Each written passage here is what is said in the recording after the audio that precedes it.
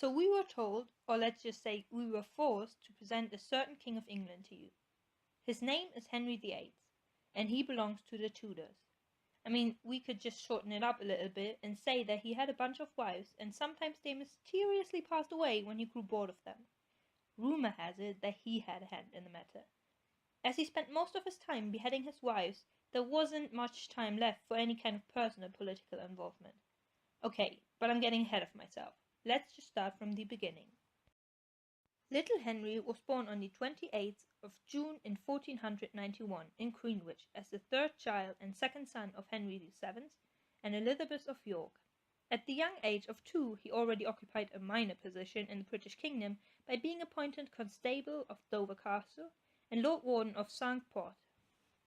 No one really knows what exactly his job in the biggest castle of England was and how everyone expected him to succeed in his profession, and personally we think it's a bit much for a 2-year-old to handle, but that's just our personal opinion. Anyways, during his early career he obtained a few other titles. To sum it up, he was doing great at whatever it was that he was doing. Now it might be important to say that little Henry back then wasn't the heir to the throne, but his brother Arthur, who was married to the Princess of Spain, Catherine. But he died in 1502 at the age of 15, which made the now 10-year-old Henry the new successor to the throne, the new Prince of Wales. But poor Henry, despite of all his former professions, was very unprepared for what now awaited him. The death of his father on the 21st of April in 1509, that made him the new King of England, did not make it any easier, I guess. But luckily he was promised to Catherine of Aragon, more or less voluntarily, but that doesn't really matter, does it? So the 14-year-old Henry married the 23-year-old Catherine, who was before married to his older brother, that is now dead. Well, congratulations, this is an awkward start to his love life. May they live happily ever after. 2 days after Henry's coronation, on the 24th of June, he arrested 2 of his father's most unpopular ministers, whom he executed in 1510. Already back then, one could have predicted that he was a bit too short-tempered and inconsiderate. This very gracious way of dealing with those who stood in his way already foreshadowed of what his reign would look like in the future. Shortly after the marriage, Catherine found herself pregnant. But apparently the unborn child already knew of what would have awaited her. Awkward family situation, creepy and psychotic father, so she rather just died instead.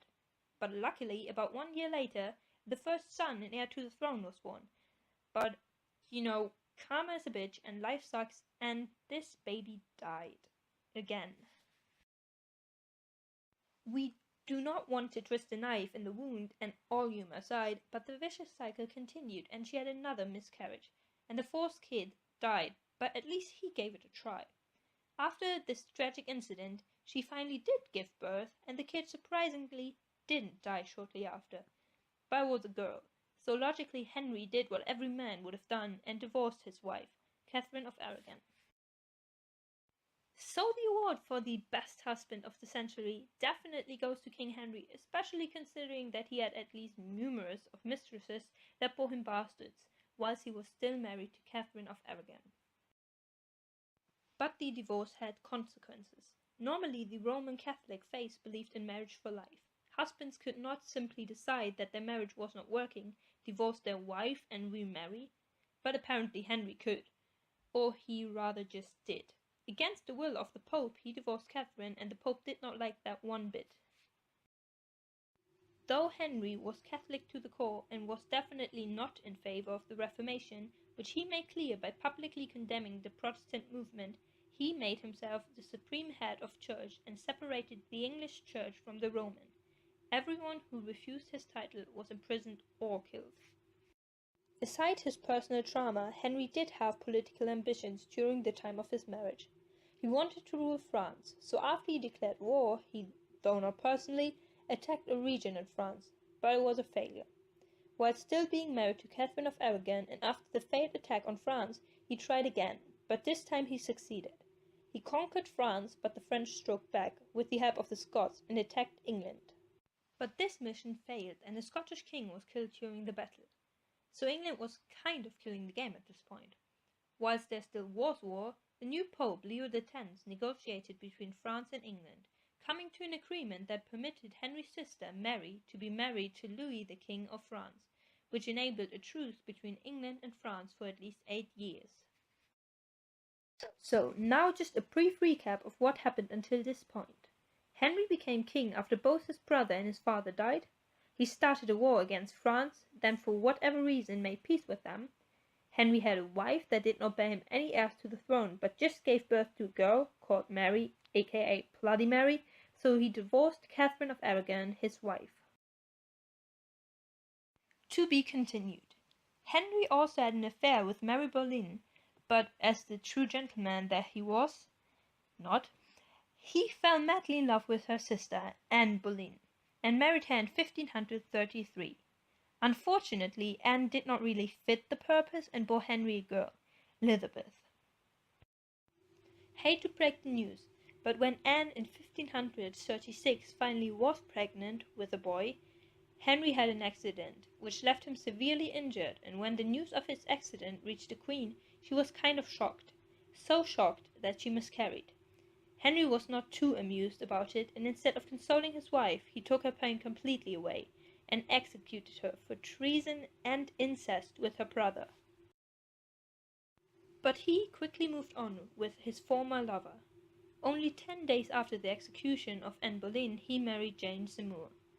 His third wife actually bore him a son, Edward, who did not die, but his mother did. Apparently he was very enthusiastic about the birth of his male heir, so that he declared his other children, Mary and Elizabeth, as illegitimate, so that Edward would be the next in line of succession. As he did not need an heir anymore, his next wife was chosen solely for political reasons, so he married Anne of Cleves, whose brother was seen as an important ally in case of a Roman Catholic attack on England. But Henry was not exactly happy with his wife. Well, no offense, but apparently she was pretty ugly. But unfortunately for him, that was not a good enough reason to break the marriage contract right away. As a classy man, he only divorced her 6 months later. But Henry couldn't live without a wife, so he married Catherine Howard the same year, who was the first cousin of the executed Anne Boleyn, which I find to be a bit awkward, but live and let live. Henry was very happy with the 17-year-old. I don't want to say pervert, but it's kind of weird. But she wasn't that faithful. Actually, she turned out to be kind of a whore. Well, I do not blame her. She had 2 affairs while Henry was away. The court was informed of her crimes, but at the beginning Henry refused to believe the accusations. But when one of Catherine's men confessed, he broke up with her, and of course, as usual, he beheaded Catherine and her 2 lovers as well in 1542. Goodbye, woman number 5. But still Henry's love life continued. 1 year after the execution of Catherine Howard, he finally married his last wife, Catherine Parr, a wealthy widow that even helped him reconcile with his daughters, Mary and Elizabeth. Good job, girl.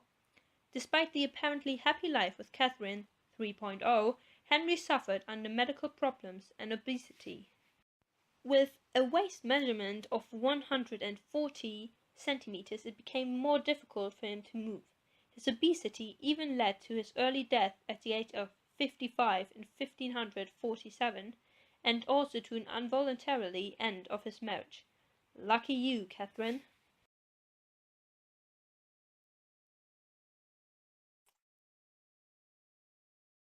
So now we're gonna do Henry's life in numbers.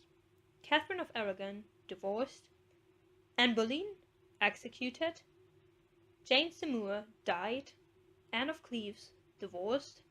Catherine Howard, executed. And Catherine Parr, widowed. So we have 2 wives that were executed, 2 divorced, 1 died, and 1 outlived him. That is one hell of a career. XOXO Gossip Girl. Where is she answering? And who am I? That's not a secret I'll never tell. You know you love me. XOXO Gossip Girl.